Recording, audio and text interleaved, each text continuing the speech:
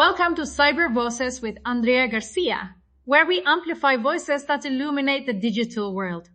Together, we explore cybersecurity, cyber resilience, technology, leadership, and the human stories behind digital risk. Imagine this.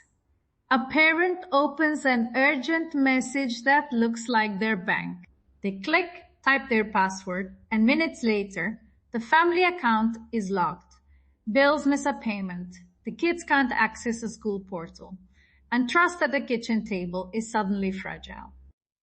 It's not just money lost, it's routine disrupted, and the stress lands on the person who already has 100 small tasks to manage.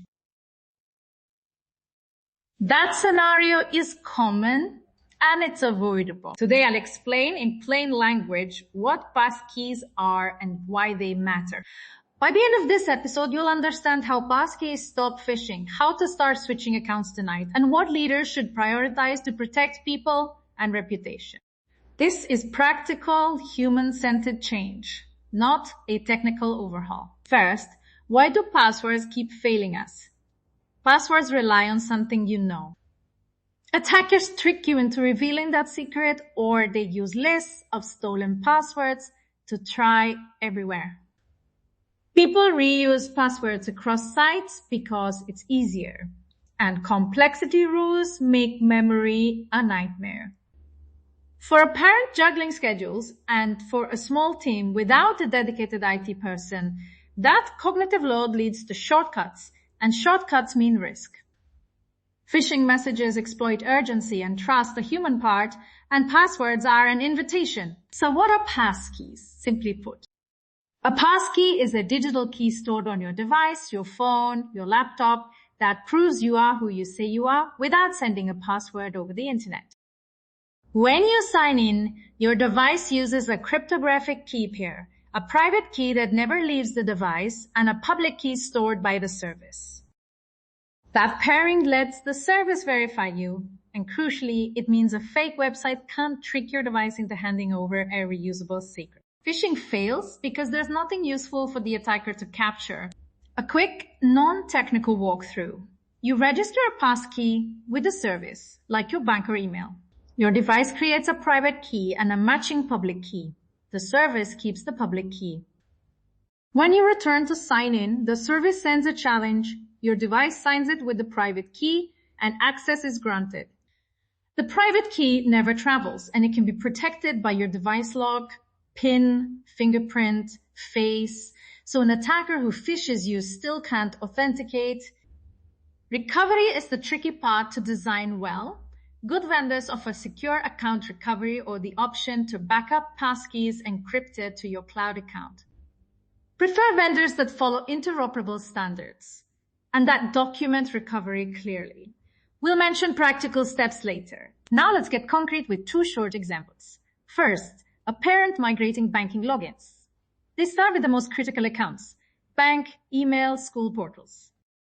On the bank app, they choose use passkey and register the phone. They test sign in, then set up an encrypted cloud backup or write down recovery instructions securely. The win? Normal frantic password resets after a phishing text. The pitfall? If they skip recovery options and lose the phone, it can be stressful. So plan recovery before you remove old passwords. Second, a small business updating employee authentication. Start with accounts that matter for continuity, payroll, finance, customer platforms. Offer a short hands-on session to show people how to register passkeys and test them. Keep legacy password fallback for a transition window, but enforce strong recovery practices and documentation.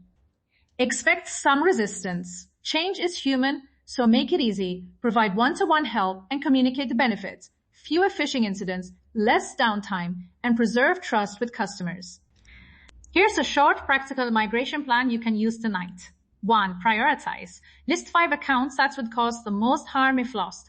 Typically, email, bank, work platforms. 2.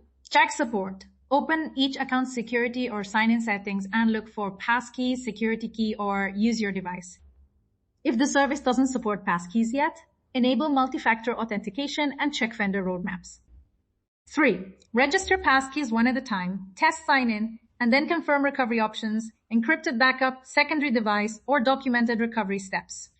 4. Involve your household or team. Schedule a walkthrough and keep simple written steps. 5. Keep old credentials secure only until recovery is proven. Do not leave risky fallbacks enabled forever. For leaders and boards, explain passkeys in plain value language.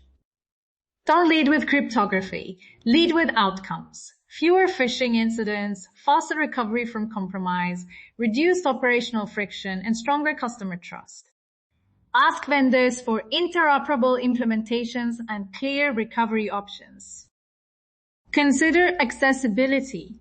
Ensure alternative authentication paths for people who can't use typical device biometrics and document tested recovery processes. Update policy to prefer phishing-resistant methods where possible and include a phased rollout with training and support. A human reflection before we close. Technology should protect humanity, not add friction. Passkeys let us reclaim time, calm, and dignity. The small freedoms that matter at kitchen tables and in small businesses. But we must design recovery and accessibility thoughtfully, or we risk replacing one problem with another. Resilience is built before the crisis, so plan, test, and involve people. Digital trust matters because it's built from tiny, reliable moments again and again. Practical takeaways. Prioritize your most critical accounts. Register passkeys and test recovery. Keep a clear transition window with support.